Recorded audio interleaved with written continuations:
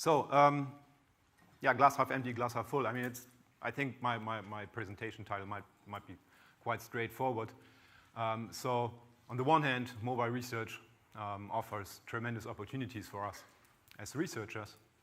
On the other hand, it's kind of a disruption for established methodologies. And I will talk about like survey research, where I will share, let's say, the client perspective with you. I think you know much more about mobile research than we guys do. But I will share the client perspective of Google because we are commissioning research, and so this is what I want to share. And with regards to the half-full portion, I will talk about behavioral data. So that's a plan. I hope that's okay. So on some of my slides, I will refer to a study we recently did with TNS, a global study project. We did it quite often already. So I think in 2008, 10, 12, now 14 again. It was growing over years. So TNS sales team did a good job, to be honest. It's 56 countries, actually, and roughly 200,000 interviews globally. It's about the digital consumer in general. It's not specifically on mobile, but obviously we're touching mobile. But I just want to share some numbers and also some of the learnings we had in the project and some of the funny discussions we had with the vendor, also within my team. So I'm leading the market insights team for Northern and Central Europe to give you my perspective on mobile research at the moment. Yeah. Some numbers from the study. Probably I'm the 56th presenter who is saying that mobile is growing. Sorry for that. Probably I'm presenting the 37th different number on how large mobile now is. But looking onto our numbers, first of all, it's amazing to see, like in Singapore, that 85% of the population, and so we talk about population numbers here, not online population numbers, are using a smartphone. In UK and Norway, it's also pretty high. Germany, I talked about it, okay?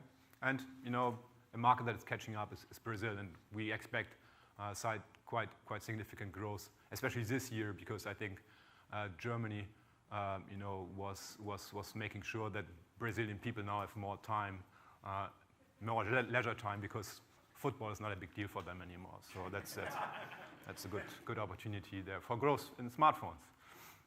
I will refer back to those numbers, talking about like completion rates and surveys and stuff like this, and so this is why I wanted to show the numbers. And the next one is also more relating to the learnings or to the challenge we face on survey research. Because, obviously, since the smartphone is always with us, people are more often online on the smartphone. So in the UK, and the UK numbers, 80% are saying they're online every day on the smartphone, while on the desktop/laptop, it's only 62% saying that. So therefore, there's a pretty good chance that people, if you send them a survey invite via email, that they open it on the mobile first. And then the question is, what are you presenting to them? And I think this morning I heard that, like in some markets, we might have already 40% open rates on the smartphone first. And then the big question is, what kind of user experience are the users then actually facing? So let's be German. Let's focus on the glass half empty first. So first of all, what are the challenges? So one challenge is just more like coming from a client perspective, from our perspective, and it has to do just with the content of the survey. So obviously, mobile is growing, therefore it's getting more relevant in the purchase process. 6% of all online purchases in the UK again, but UK is pretty much representing the average here. 6% of the total online purchases are done on the mobile, but 21% are actually researching on the mobile before. So it's an important touch point now. So you need to add content to your questionnaire, which sucks, because it's more work. So second, mobile advertising is growing pretty fast. I think Meyer Braun presented something this morning right before lunch about ad effectiveness. From our perspective, there are obviously two components. One is audience measurement, and the other one is ad effectiveness. And so on audience measurement, I think we at Google, we started like 2009, 2010 to look into this, starting with on-device meters to understand, the behavior of people. And it's difficult. I mean, it's difficult because of the device fragmentation or the operating system fragmentation. With Android, it's somewhat easy. With iOS, it's pretty tough. And then there are even more operating systems. So it's much, much harder in the desktop world to build good on-device meters. And I think we're not there yet. And we have some efforts. We're working with vendors on that. But at the moment, I think nobody's really satisfied with the situation, which is a shame, but also the reality. Second, on audience measurement, when we started the whole exercise, we were like, on-device metering on the desktop is kind of intrusive because you always, in order to assign the traffic that you're measuring to individuals, you're asking for a login somehow every time the browser launches, which is kind of annoying. On the mobile, it's not needed because it's an individual device. So therefore, the meter runs in the background, and so it's, people don't necessarily notice that it's still on, so it's something good. And so we expected that compliance rate shouldn't be too bad. Actually, compliance rate are much worse than on the desktop. So it's like 1/3 roughly of desktop compliance rates. And it's, because it's an individual device. People don't want to share what they are doing there. They're not interested. And I will share some search queries that we see on the mobile device later on, and which might give you an idea why people don't want to share what they're actually doing on the mobile. Let's see. Ad effectiveness. There are two components. One is on the mobile screen as such, where ad effectiveness research needs to cover the web, so the browsing exercises, as well as the in-app ads. And with the in-app ads, there are not many solutions at the moment available to measure the exposure or kind of construct an experiment to have a very robust understanding of the ad effectiveness. And then second, mobile obviously needs to be considered in the larger context of the 3 screens or even 4 screens if you add TV. And cross-device tracking is not super simple. I mean, I think there was a presentation yesterday by Facebook. For Facebook, it's quite straightforward because all Facebook usage is logged in. For Google, it's different. Also for YouTube.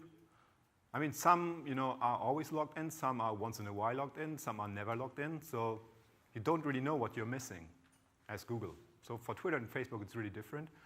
And in the market, we have seen some approaches that make sense from a technological perspective, like fingerprinting. But fingerprinting is like, from a privacy perspective, not great. And we don't want to sacrifice anything around data protection or privacy just for the sake of research. So this is blacklisted on our end.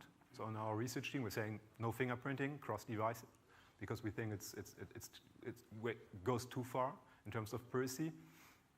So therefore, it's quite an effort to find a solution here, and we are still working on that with the vendors.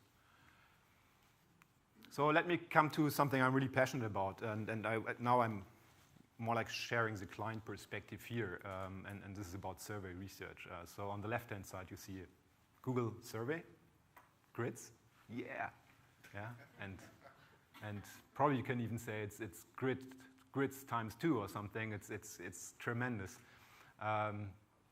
And the background was that somebody in my team was asked to run a survey in 5-6 European markets for Google Play. Google Play is the Google Android App Store.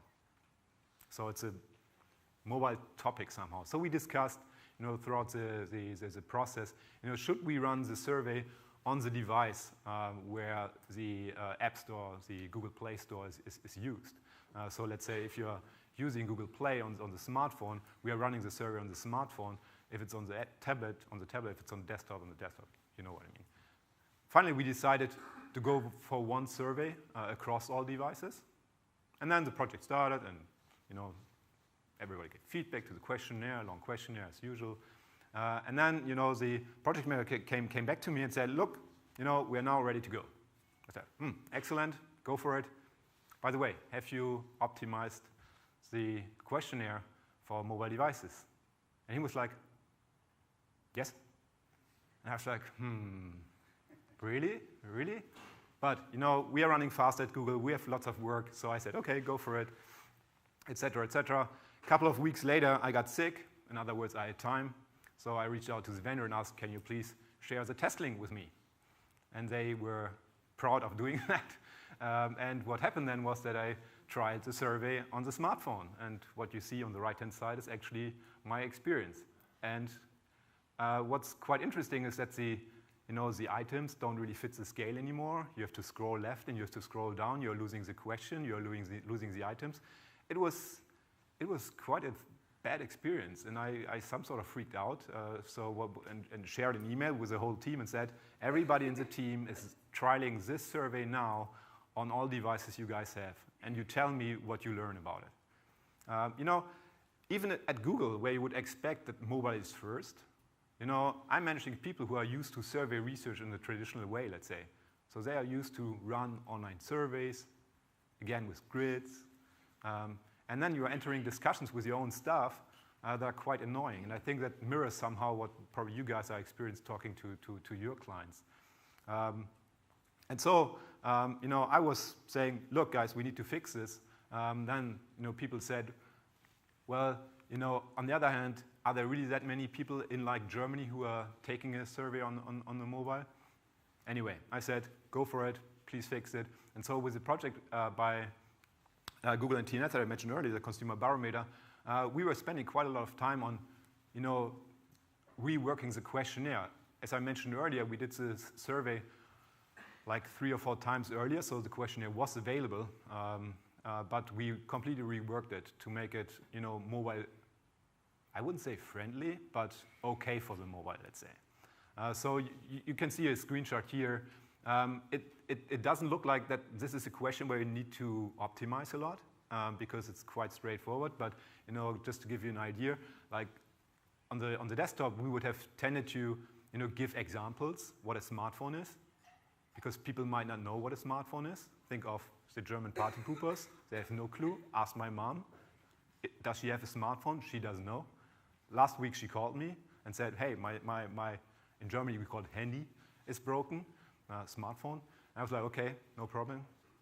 She was coming to my home and showed me her smartphone. I said, look, no problem, it's not broken. The IT expert at Google called it flight mode, what your problem is. And she was, oh, that's interesting, flight mode. So, for my mom, you need probably a bit more than just smartphone. But on the other hand, response are not reading it anyway, what we are writing there. So we need short questions, short items. And so this is what we did. What you can see here are the completion rates on the smartphone, on the smartphone, the share of survey completes on the smartphone. I was surprised that the numbers are so low. As you can see, they somewhat correlate to the numbers I've shared with you earlier. So Germany, again, lagging, etc., only 2% completing. So the project manager came back to me and said, hey, so much effort. I was like, yeah, but, on the other hand, we know that the company that we commissioned for the fieldwork, the online access panel, actually the vendor for the online access panel, has a desktop bias. Because I asked also somebody in the team to sign up for the online access panel on the smartphone. And he was not succeeding because the registration site for the online access panel wasn't mobile optimized. And so it was completely skewed towards the desktop. And also, 7% in Norway, this is where we will soon get in UK and in Germany as well, and this is really bad. You're introducing a bias, and obviously, the completion rate, so the churn rates on the smartphone are much higher. 90%, 19% on the smartphone stopped the questionnaire, and only 11% on the desktop. So therefore, numbers would have been higher if the mobile survey would have been more user-friendly. Something somewhat unrelated, but also related, let me talk about Google Consumer Surveys. I'm not sure if you have heard about the product by Google. It's a survey platform, let's say a self-service platform where you can go on a website, take your credit card, design a questionnaire, so you're entering the questions, the items, etc., maximum of 10 questions.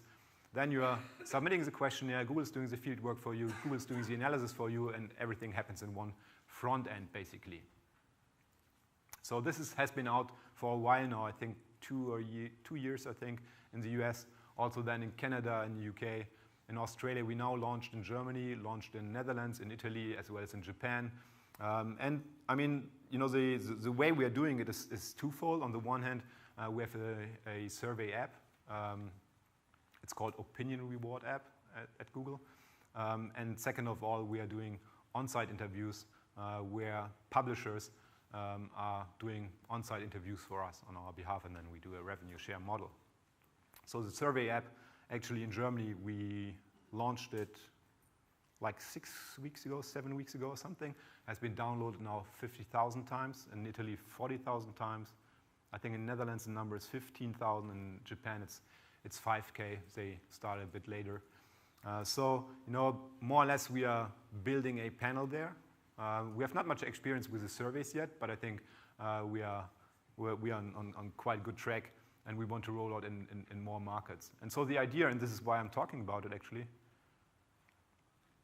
is that, you know, what we definitely want to ensure is that the user experience on both devices is the same. So on the desktop as well as on the smartphone, because, you know, the field work is more or less independent of the device. So the survey can be published on desktop, could also be published on the mobile phone. You can target it, but, you know, in the end, the idea is that that you're sourcing respondents on both platforms. So how to ensure that? You know, in the front end where you're entering your questionnaire, you can enter questions with a maximum length of 125 characters. And the items have a maximum length of 43 characters. And you're only allowed to enter 6 items per question. Ooh. If you want to enter 8, you can do that, but then they are randomized. So the respondent will see only 6 of them. So this is a way of making sure that you know, there's not much, let's say, noise with the question, so that it's still optimized for the mobile screen. You know, and then the funny exercise within my team was that I said, look, you know, we have now launched this fantastic survey platform, and I strongly believe in practice what you preach. So, team, no questions longer than 125 characters anymore. All items shorter than 43 characters, even if we are running the surveys with third-party vendors. And then, you know, kind of a negotiation exercise started between my team and myself. So one guy was like, can't we go for 140 characters on the question? Because 140 is what you can enter in Twitter. And I was like, what has Twitter to do with our research? Nothing. So it was kind of a strange argument that we had.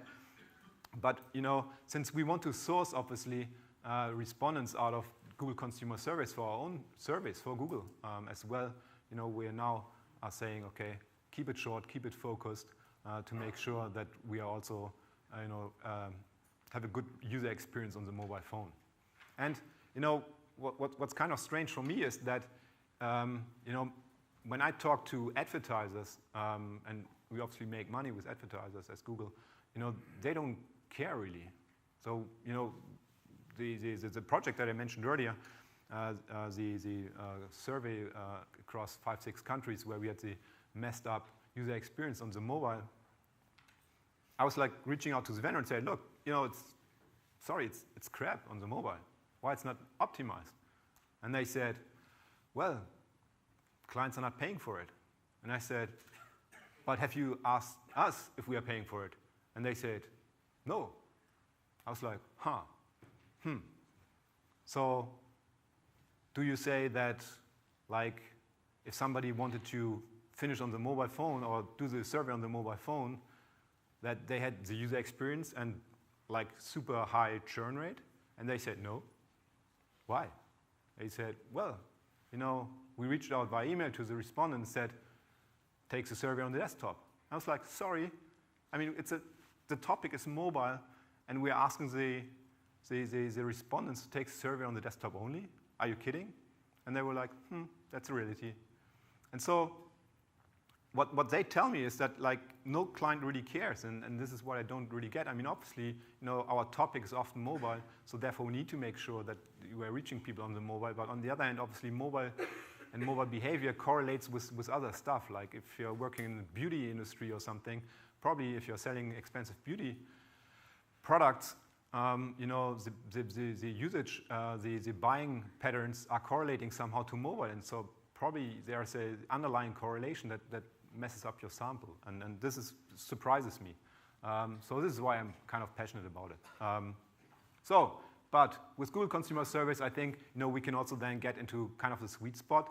So Google Consumer Service leverages Google Play as an incentive scheme. So in other words, if you're finishing a survey on the mobile, you get credits for Google Play, where you can then download movies, etc., etc. That's quite a good way of sharing an incentive with the respondents. We can obviously notify the people on the mobile phone so that they can immediately take the survey, especially if it's about location. We're not doing location-based surveys yet, but this is obviously an option.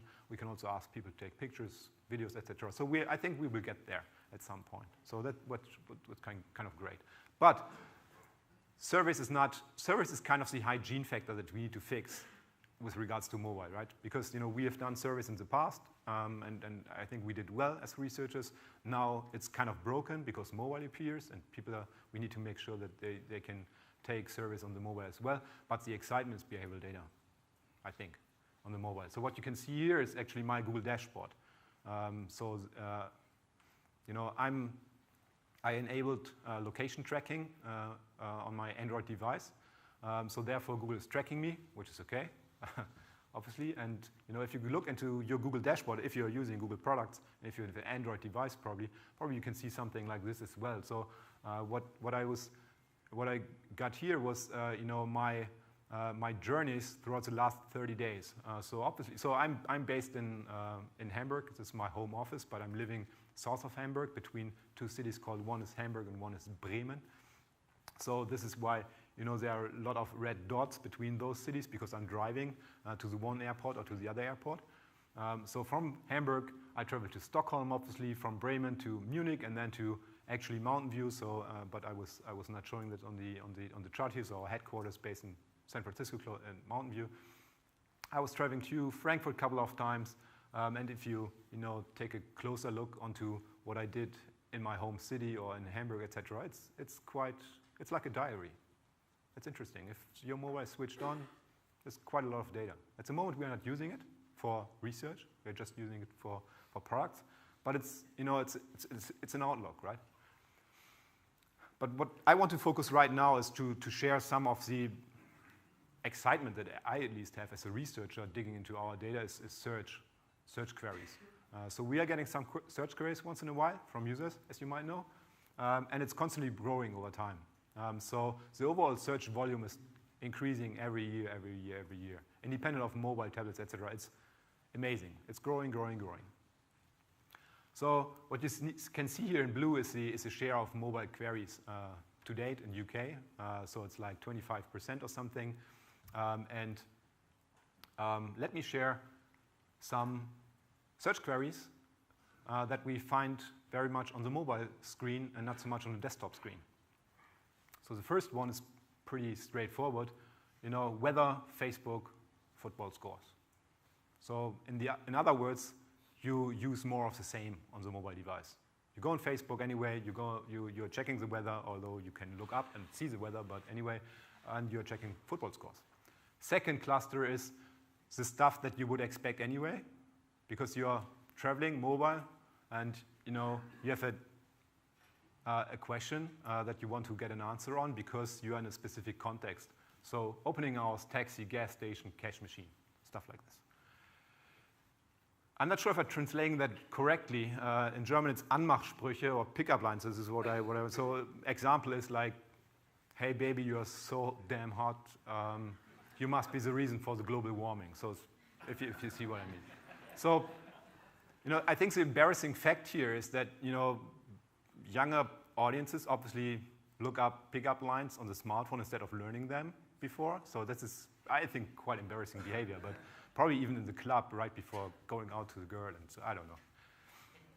Headaches, also something. Probably there's some urgency that you want to fix your problem. So on the mobile, this is my most favorite one. It's locksmith or Schlüsseldienst in German. So I mean, probably you would look it up on the desktop. But hey, if the door is closed and you're not coming in, no chance to boot your computer, right? So therefore, you need your mobile. This is also quite interesting one, wedding ring.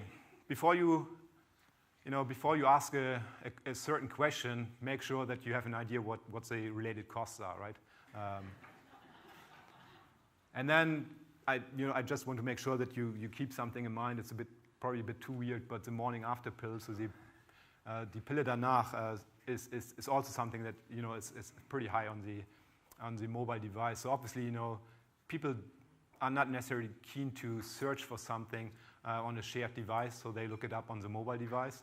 And morning after pill peaks on search queries always Sundays and bank holidays, because night before, you know what I mean.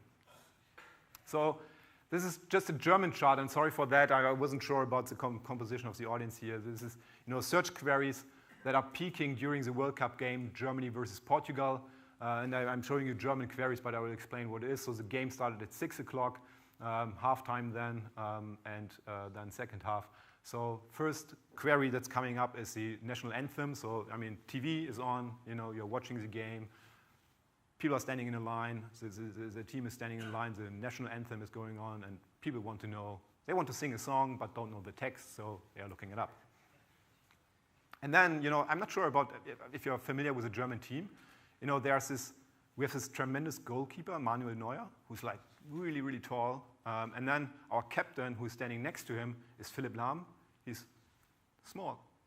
And, it's quite funny when they stand next to each other, because the goalkeeper's next to the captain always. And so the camera goes, player by player, and then they go to Manuel Neuer, who's like this, and then there's Philipp Lahm, who's like this. And so therefore, the query then is, how tall is Philipp Lahm actually?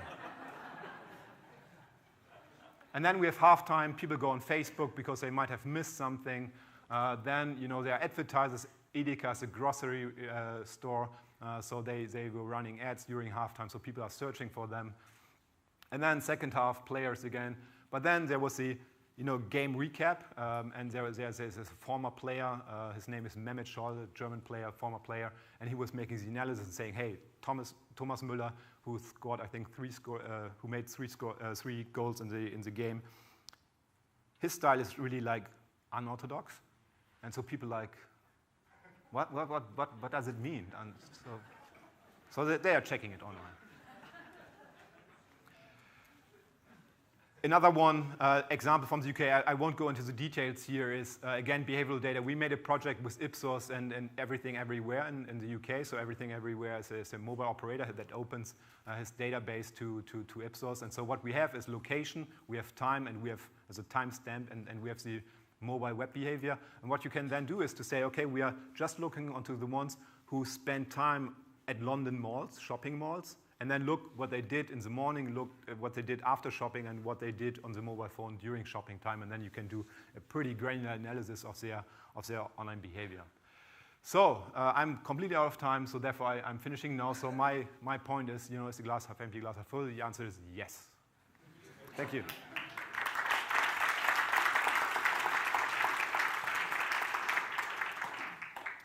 Thank you very much, Daniel. Thank you. We've gone quite a lot over time, but if anybody has got a burning question, we'll take one. No. Okay, well, I'm sure they'll be able to catch you afterwards. So thank you very much, Daniel. Thank you. You're welcome.